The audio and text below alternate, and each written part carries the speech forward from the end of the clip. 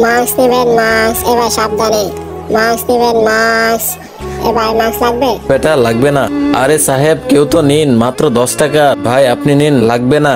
ভাই আপনি মাস্ক নিন। বেটা আমার তো বাড়িতে ছোট বাচ্চা নেই, না হলে নিতাম। আরে রামপুরের সব যাত্রী বসে গেছেন, চলেন তাহলে। আরে ভাইয়া এই বাসটা রামপুরে যাচ্ছে, আমরা একটা কাজ করি, এই বাসেই বসে যাই। ঠিক আছে ছোট, সাবধানে বসো ভাইয়া। ভাইয়া সকাল থেকে আমাদের একটা মাস্কও বিক্রি হয়নি, আমার খুব খিদে পেয়েছে, এখন আমরা কিভাবে খাবো? কোনো ব্যাপার না ছোট, আমরা রামপুরে গিয়ে এই মাস্ক বিক্রি করব।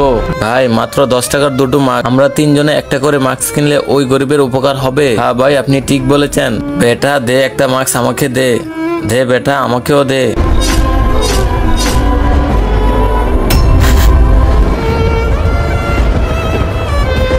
ভাইয়া হয়ে গেল আমাদের কাজ।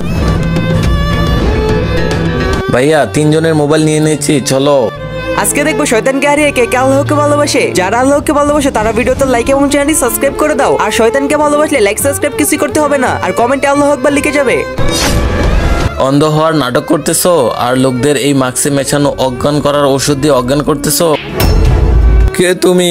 আমি ইন্সপেক্টর ইয়ারুক মালিক। স্যার দুজন লোক আমার বাসে মাস্ক বিক্রি করতে এসেছিল, আর ওরা ওই মাস্কে অজ্ঞান হওয়ার ওষুধ লাগিয়ে রেখেছিল যাতে সব যাত্রীরা অজ্ঞান হয়ে যায়। তারপর ওরা অজ্ঞান অবস্থায় সব যাত্রীদের জিনিসপত্র নিয়েছে।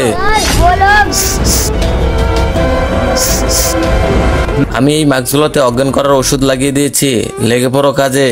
মাস্ক নিন, মাস্ক, মাস্ক নিন, মাস্ক। আচ্ছা ঠিক আছে বেটা তোমরা যাও, আজ আমি ওই লোকগুলোকে হাতে নাতে ধরবো। চল পুলিশ স্টেশন, আর সেখানে গিয়ে মাস্ক বেচিস। আরে স্যার ছেড়ে দিন, আমাদের ছেড়ে দিন স্যার। তো বন্ধুরা এরকম লোকদের থেকে সাবধানে থাকুন, আর ভিডিওটি লাইক করে চ্যানেলটি সাবস্ক্রাইব করুন।